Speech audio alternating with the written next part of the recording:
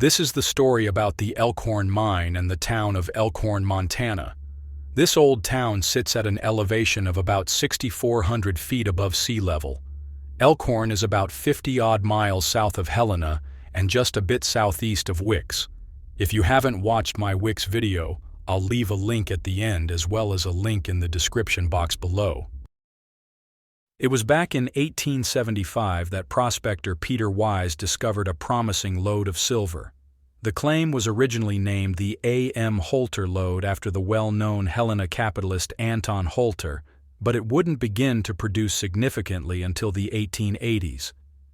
By 1881, the mine had reached 300 feet in depth, and while it was idle for much of 1882 due to lack of capital, small-scale operations still produced more than 4,000 ounces of silver, which was enough to catch the attention of some investors. In 1883, the newly formed Elkhorn Mining Company purchased the property, built a 10-stamp mill, and pushed the mine into full production. Within the first 10 months, nearly $200,000 in silver was recovered. The town soon gained a reputation as more than just a rough mining camp.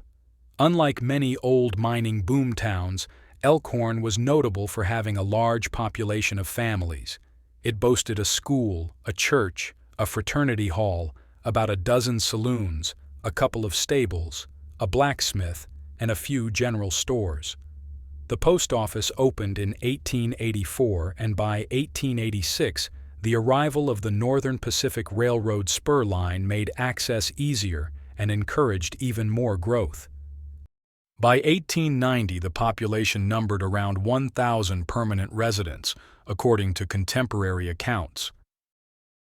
Ownership of the mine changed hands several times.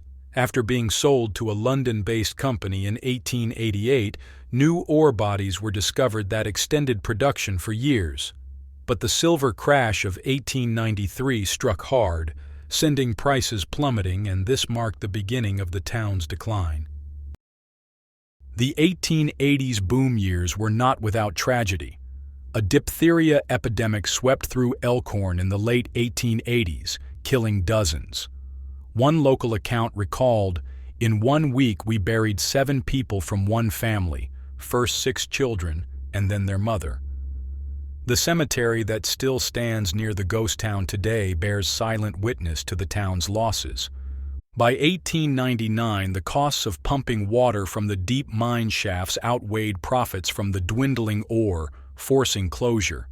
Though the mine reopened in 1901 and again in 1906, each revival employed fewer men, sometimes as few as 60, and lagging silver prices meant none of these attempts lasted long. The mine was worked sporadically into the mid-20th century, with tailings reprocessed in 1922, 1937, 1948, and 1951.